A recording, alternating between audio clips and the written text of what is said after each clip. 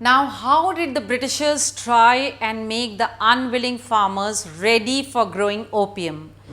The best method was by giving them advances which lured them to actually grow opium, because they felt that advances were readily available, and when they took this loan, they were not aware of the fact that this was bringing them a bigger misery, because slowly they actually got hooked or tied to the government. They became their agents. They were forced to grow the crops that the Britishers desired, and also they had to actually sell opium at a very low price. So, in fact, that method of giving advances or loan actually was a bane for the farmers. But you cannot continue like this for years, because the result was that the farmers started with agitation. They refused to grow opium and also refused to accept the low prices. In Banaras especially, the farmers refused growing opium at all, and instead they started growing sugarcane and potatoes.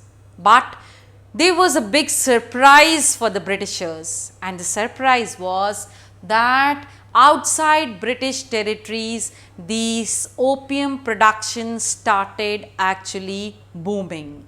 Now, what were the reasons of the increase of opium production outside British territories, especially in central India and Rajasthan?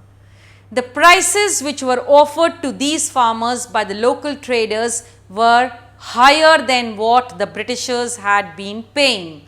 Therefore, they started growing opium for these traders. The Britishers disliked it and termed it as smuggling, and a conflict started between the Britishers and the local traders as long as the opium trade continued.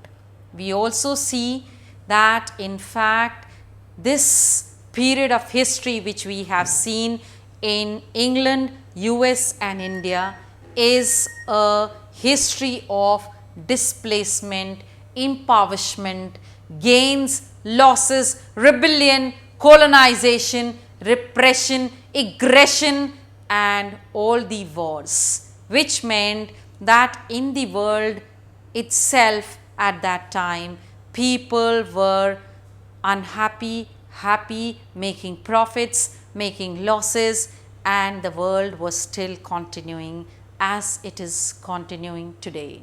So, that is the end of your chapter, Peasants and Farmers.